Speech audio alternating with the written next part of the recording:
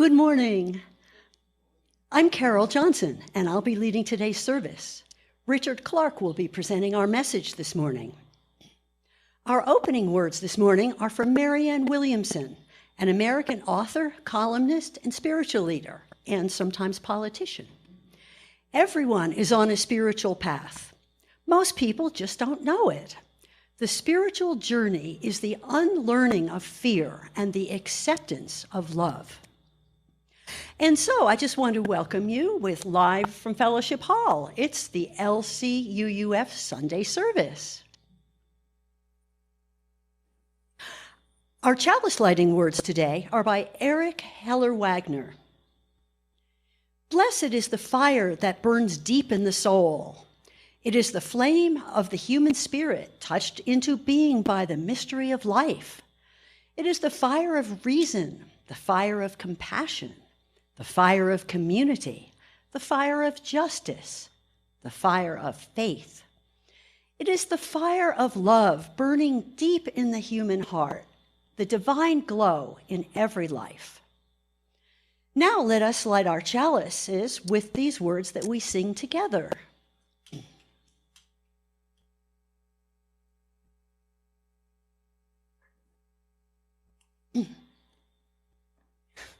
We kindle this light in celebration for the life that we share.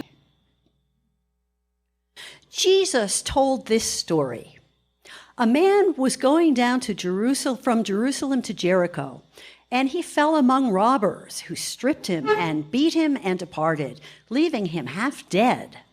Now, by chance, a priest was going down that road, and when he saw the man, he passed by on the other side. So, likewise, a Levite, when he came to the place and saw the man, he passed by on the other side. But a Samaritan, as he journeyed, came to where the man was, and when he saw him, he had compassion. He went to him and bound up his wounds, pouring on oil and wine. Then he set him on his own animal and brought him to the inn and took care of him. Jesus then asked, "Which of these three, do you think, proved to be a neighbor to the man who fell among the robbers?" The listener responded, "The one who showed him mercy." And Jesus said to him, "You go and do likewise." This is Karma Yoga, the path of action and selfless service.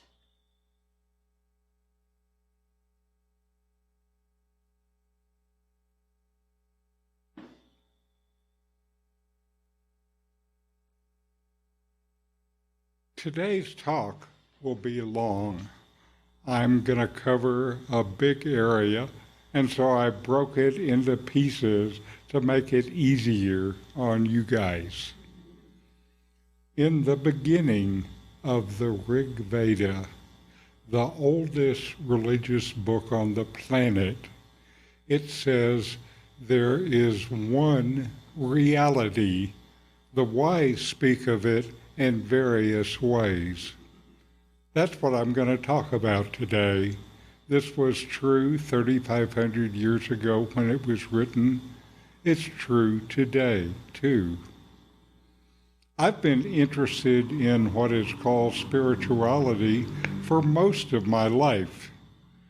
My mother, Maxine, was a mystic, visiting and talking with Jesus by the Red River.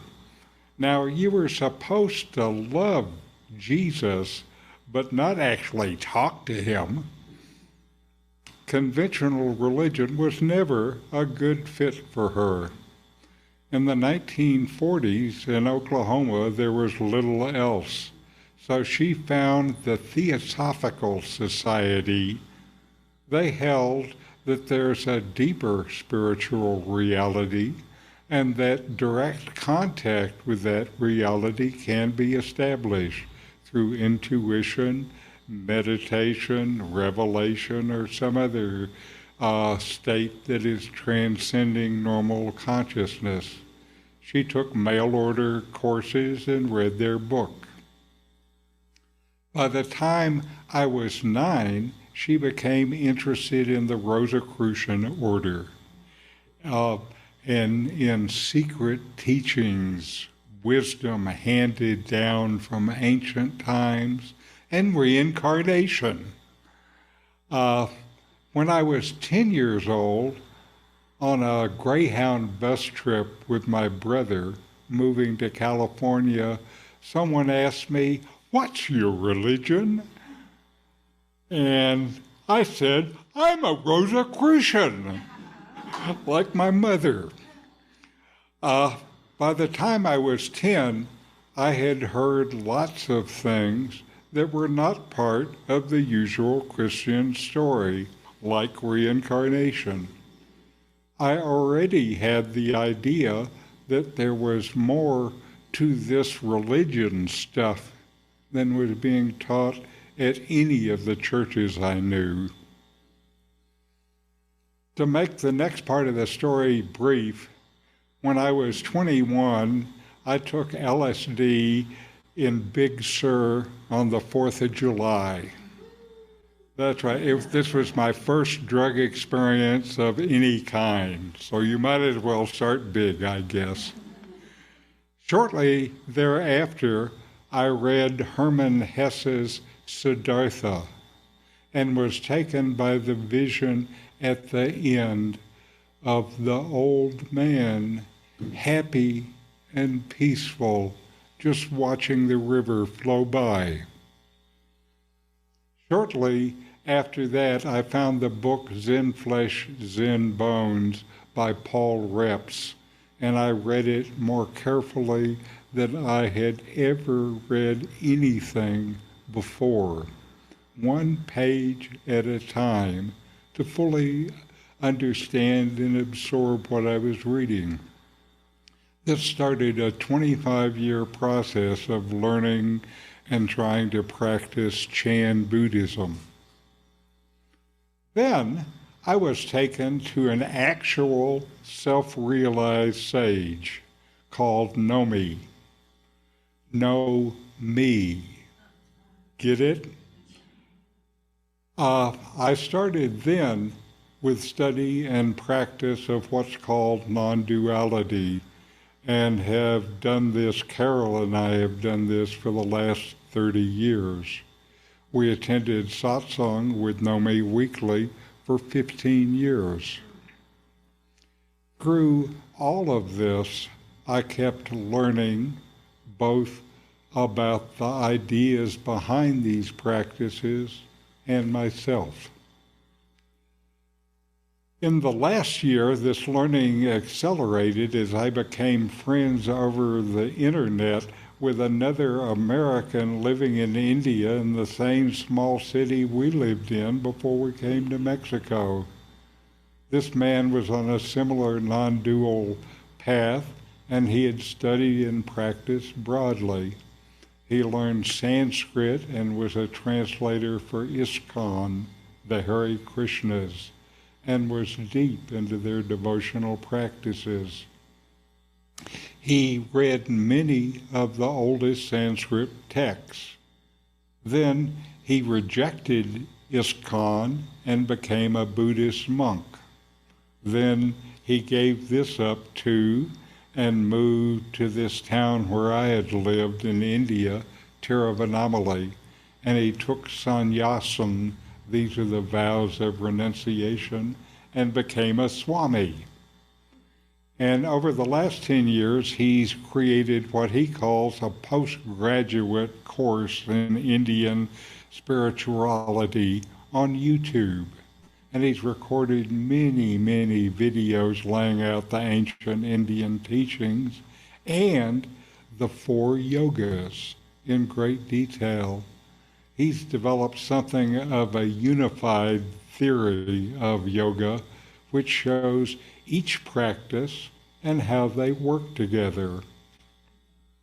I thought this was a high-level, comprehensive view and was the only kind of integrated religious view that I had ever heard.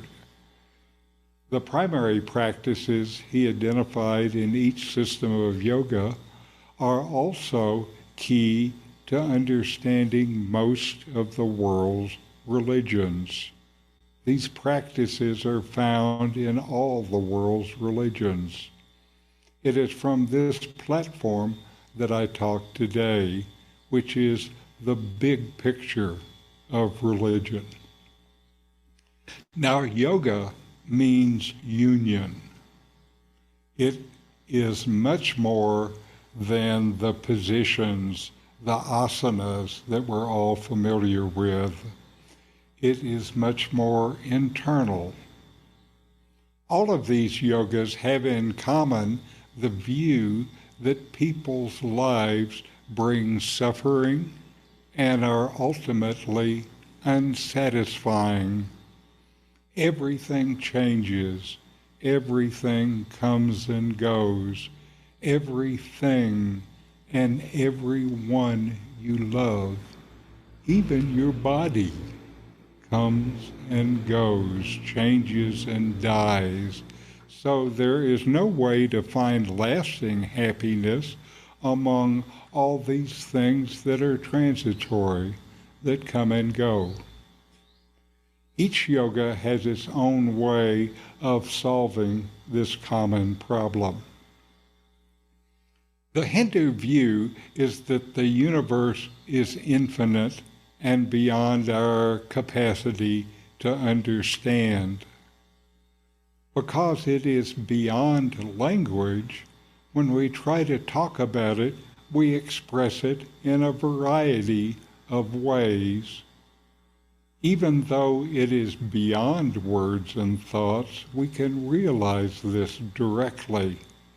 This is called enlightenment, nirvana, moksha, self-realization, and many other names. Many different names for the same realization. It is seen as the ultimate purpose of life and is the purpose of all of these different paths. Some call it transcendence. Some say it is becoming who you have always been.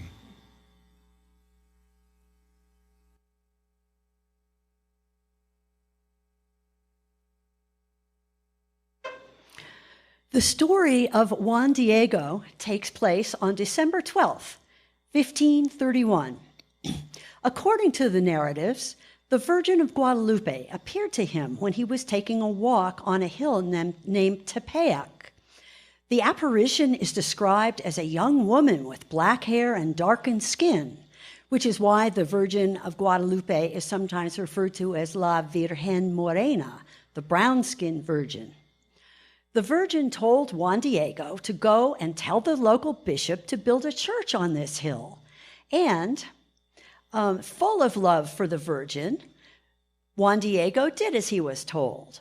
However, the bishop was left unconvinced by the story and gave him short shrift. So the Virgin appeared once more, and on a second occasion told Juan Diego to collect flowers from the top of the hill. Being December, Juan did not expect to find any, but upon his arrival there, he found the hill covered with beautiful flowers. As instructed, he collected some and, using his coat to carry them, returned to see the bishop. The bishop, seeing the unseasonable flowers, also saw an image of the Virgin of Guadalupe imprinted on Juan Diego's coat. Convinced it was a miracle, he ordered the building of the church on the hill of Tepeyac, and the precise location where the current-day basilica is situated in Mexico City. This church was built because of Juan Diego's love. This is Bhakti Yoga, the path of devotion and surrender.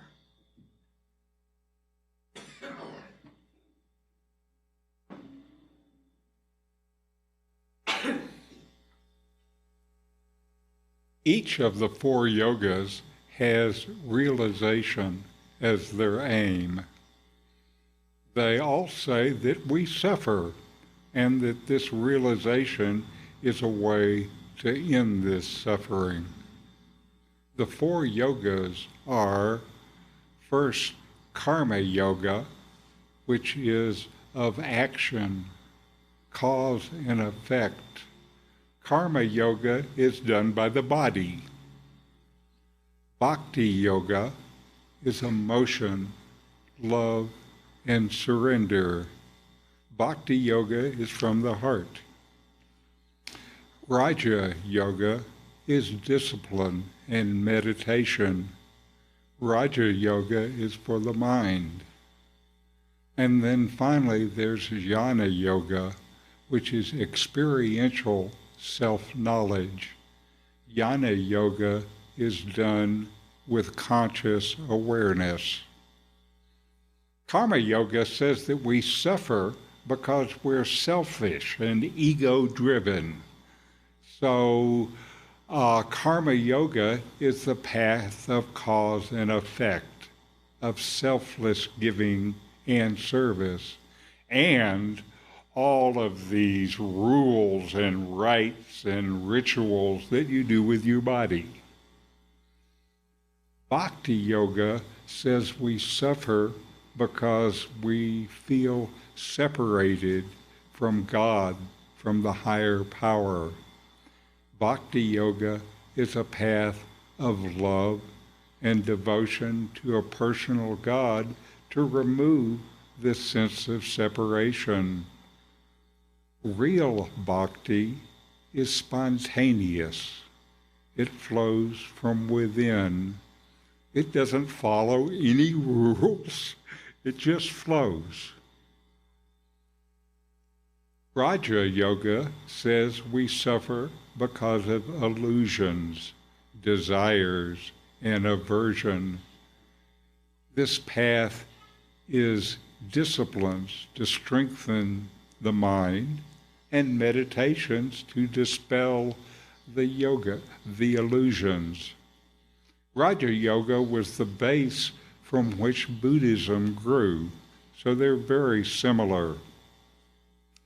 Jnana yoga says we suffer because of ignorance of our real nature. So the path is one of experiential knowledge that removes that ignorance.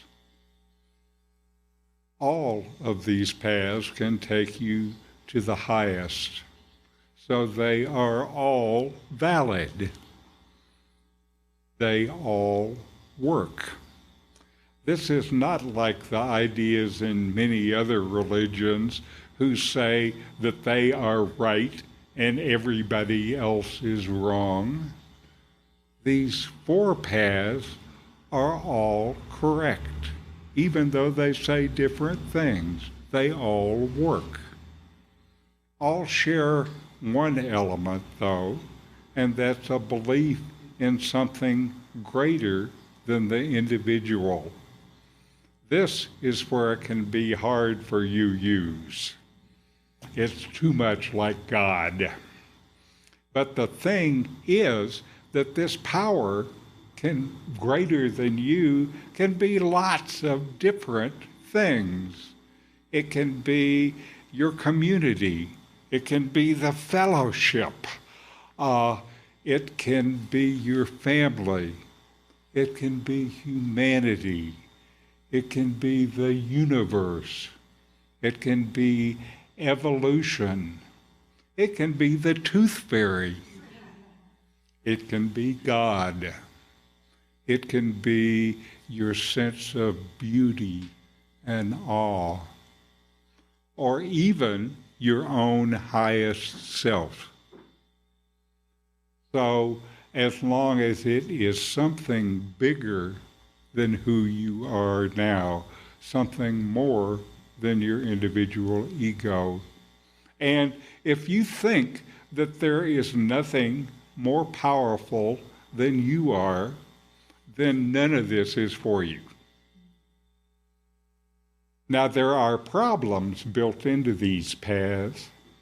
Karma yoga and bhakti yoga are both based on faith. The problem with faith is doubt.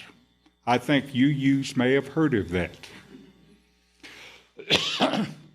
Raja yoga and Buddhism resolve that problem since they're based on experience and not faith.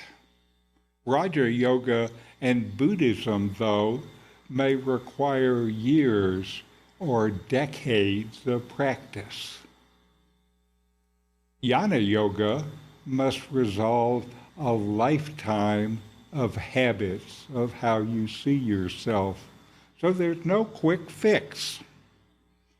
The first two, karma and bhakti, are based on a higher power that is external to you. The last two see the higher power and yourself as connected and finally the same. There is in these paths a natural progression from gross to subtle, from physical to emotional to mental to pure consciousness, as shown in this pyramid. There's the idea that these paths are connected. There's a progression from one to another. Service grows into devotion. Devotion brings discipline. Discipline brings self-knowledge. Self-knowledge brings release and liberation. So you might hear of someone who is struggling, like with meditation. This may mean that they're trying to jump up to a practice that they're not really ready for. And maybe they need to practice bhakti or karma yoga until they're more ripe. Now, one thing that happens to people and teachers is they're usually focused on one path, excluding others. It is common for a realized teacher to teach only the practices that brought realization, what they know by direct experience. Then they see things from a siloed vision based on their preferred practice. So, for example, an ISKCON member, the Hare Krishnas you used to see dressed in orange at the airports, for them, they believe it's all about love for Krishna. And they basically deny the other paths, favoring their love of their God, external to them, Krishna. I think this siloed thinking is common in many of the world's religions. When I first heard about the 4 yogas, it brought clarity to my understanding of religion in general and to the specific path that I was following.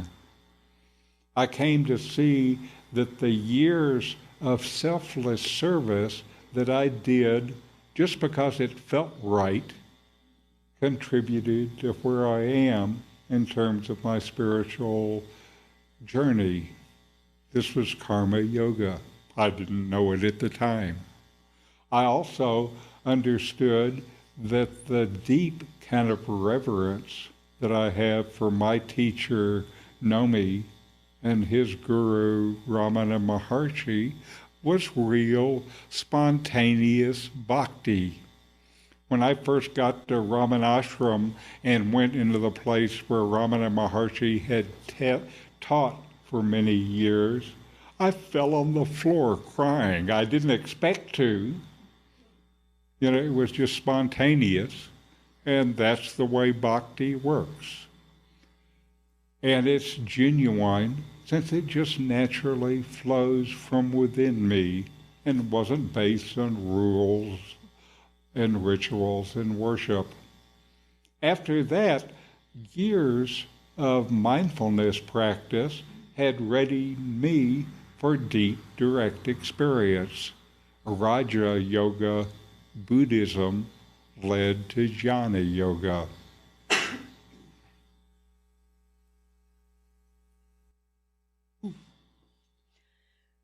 The young Buddha-to-be, Prince Siddhartha, was the son of a king.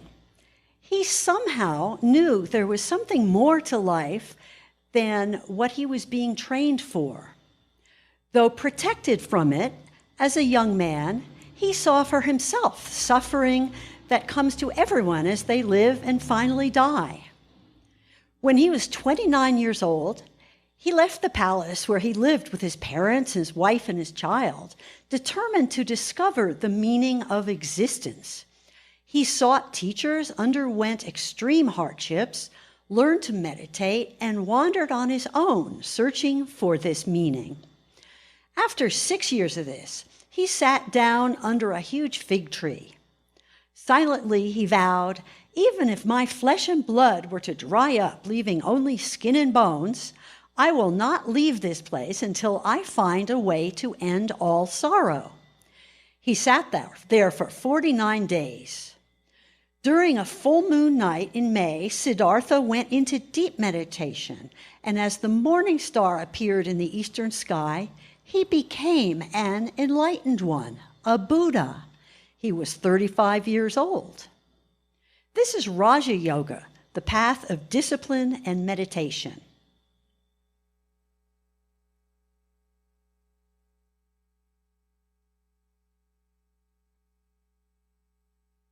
So now, let's look around us, all religions we know, and see what they're like in the light of these four paths. I think UUs combine action and discipline. We are happy with service projects and helping others. We're also happy doing self-exploration and development. For example, we like the meditations in our Sunday services that Reverend Matt started. We UUs are not big on devotion, nor really the mystic, non-conceptual self-knowledge.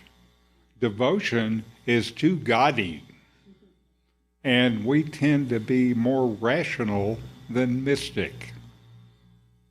Some churches, like Methodists, focus on service to the community.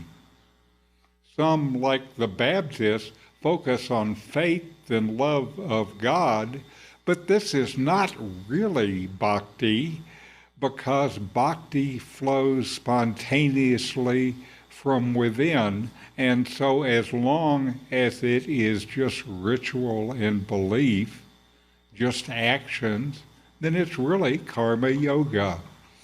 Though when someone does something like come to Jesus, it may deepen into spontaneous bhakti. Buddhists break into two paths. Older forms like Theravada Buddhism are focused on discipline and meditation. Some Christian monastic orders are based on these practices too. Newer Buddhist forms like Chan and Zen Buddhism and Tibetan Buddhism are closer to Jnana Yoga, focused on the experiential, non-conceptual reality, also called non-duality. Many religions are based on action, like ritual or prayer. Often they have an ecstatic form, which is genuine bhakti. Some Christian monastic orders are bhakti. Many are karma yoga, selfless service. A few are discipline-based. Most faith-based religions are really based on actions with rituals and required worship. Spontaneous love of God is desired but rarely found. Non-duality is less well known. When I look on the internet for a good definition, Here is one. It's from a site, Success Consciousness. Non-duality is a philosophy that says there is just one eternal spirit in existence, and that everything in the universe is an inseparable part of it. The non-dual perspective is that all things are interconnected. You are one with everything in the universe, part of the whole, unlike duality, where you're just a part. Duality means two, not one. The world and you, other people and you. Here's another definition I like, and it's from SAND, which is Science and Non-Duality. Advaita, which is the Indian name for non-duality, is not a philosophical concept or something gained from knowledge. It's not sync or connectedness or togetherness. It's not even an experience. It's a state of being. We may debate oneness, but it must be directly lived to be known. So non-duality is not something you do or know. It can only be found by being. This is paradoxical for most of us who have learned to identify with what we do. In non-duality, you identify with what you are, not what you just know about or do. Non-duality is contrasted with the basic idea of Western civilization, which is built upon the cognitive foundation of duality. We are educated to focus on deconstruction and viewing things as parts to the exclusion of their interdependence with other parts of the larger system.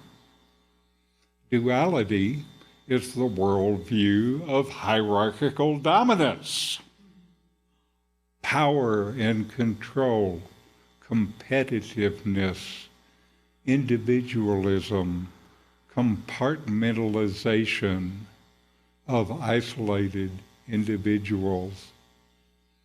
Non-duality is about inclusion and cooperation. The idea of realization in non-duality is self-realization, and there's a specific meaning. Self-realization is when you know directly and experientially that you are not the idea of yourself that you have always held. Rather, you are the knowing consciousness in which this idea is known. The individual is dissolved, so to say, in the infinite. The form of non-dualism that I practice, Advaita Vedanta, is oriented towards jnana, self-knowledge, as the path for liberation. Advaita means not two.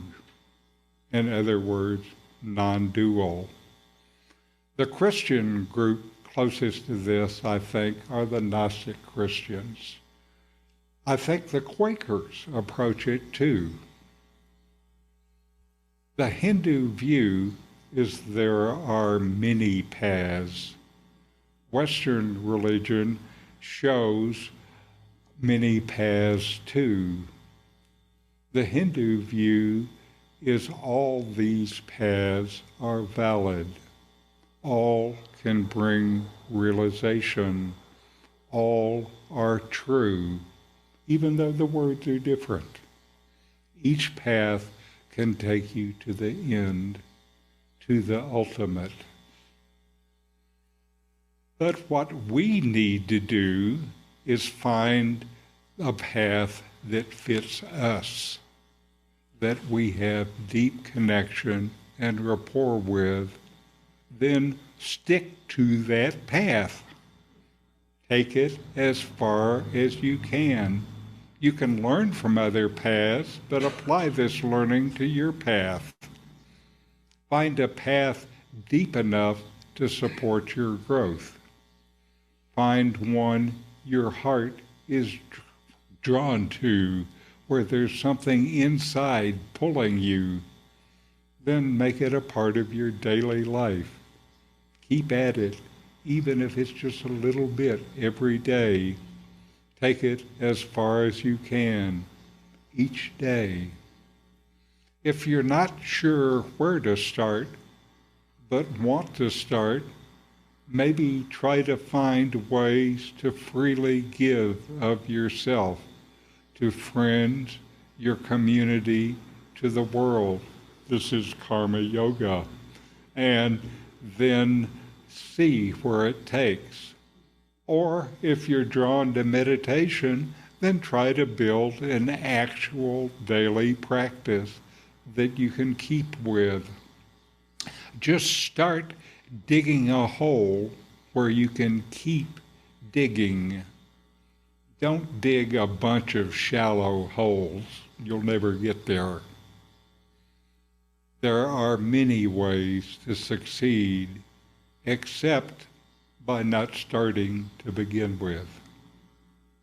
And it is possible to grow from selfless service into love, into discipline, into direct knowledge. Some paths go together, like service, action done with love. Now, what we're talking about is the path of all paths.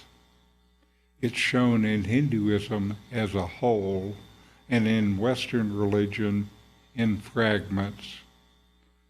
Still, they all talk about the same thing. They all lead in the same way, maybe with different words.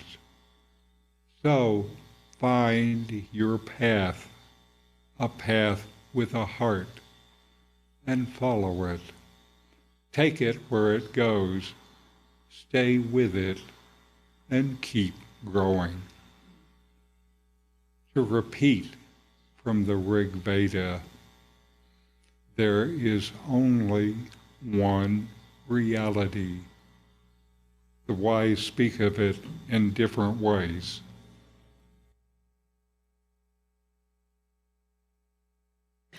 My last story today is about the realization that came to Ramana Maharshi, our teacher's own teacher. Okay, so in Ramana's own words, it was about 6 weeks before I left Madurai for good that the great change in my life took place. It was quite sudden. I was sitting alone in the room in the first floor of my uncle's house. I seldom had any sickness, and on that day there was nothing wrong with my health, but a sudden, violent fear of death took over me. There was nothing in my state of health to account for it, and I did not try to account for it or to find out whether there was any reason for this fear. I just felt, I'm going to die, and I began thinking about what to do about it. It did not occur to me to consult a doctor or my elders or friends. I felt that I had to solve the problem myself, there and then. The shock of fear and death drove my mind inwards, and I said to myself mentally, without actually framing the words, now death has come, and what does it mean? What is it that's dying? This body dies. And at once, I dramatized the occurrence of death. I lay with my limbs stretched out stiff, as though rigor mortis had set in. and imitated a corpse so as to give greater reality to my inquiry. I held my breath and kept my lips tightly closed so that no sound could escape, so that neither the word I nor any other word could be uttered. Well then, I said to myself, this body is dead. It will be carried stiff to the burning ground and there burnt and reduced to ashes. But with this death of the body, am I dead? Is the body I? It is silent and inert, but I feel the full force of my personality and even the voice of the I within me, apart from it.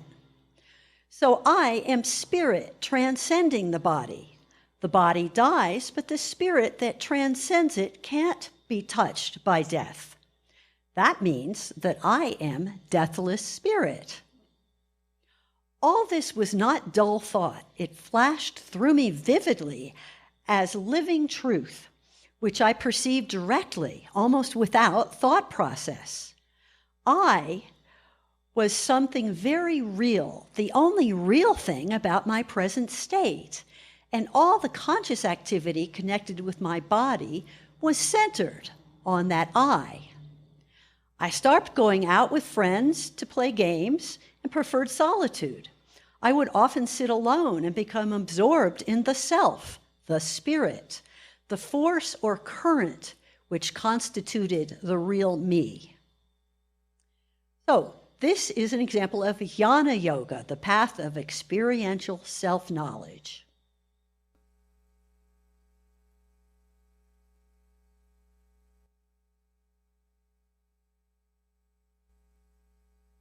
Now, these words are from Prithanti and Krishnaji. They are spiritual masters working to awaken human consciousness. What does it mean to be truly alive? We have the potential to experience extraordinary states of consciousness, to feel connected with others, to feel connected to everything, to be in awe of this moment of life. That is the potential of human consciousness, to connect, to love, to be one, to experience a love that knows no boundaries, to experience a total state of oneness. That's the potential and purpose of human life, the human brain, and the human body.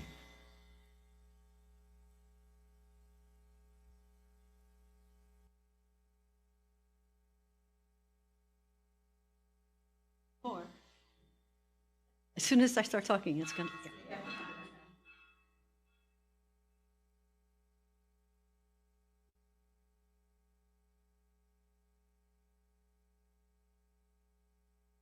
Going to be two more, I think. Maybe not. Okay. Let us extinguish our chalices now.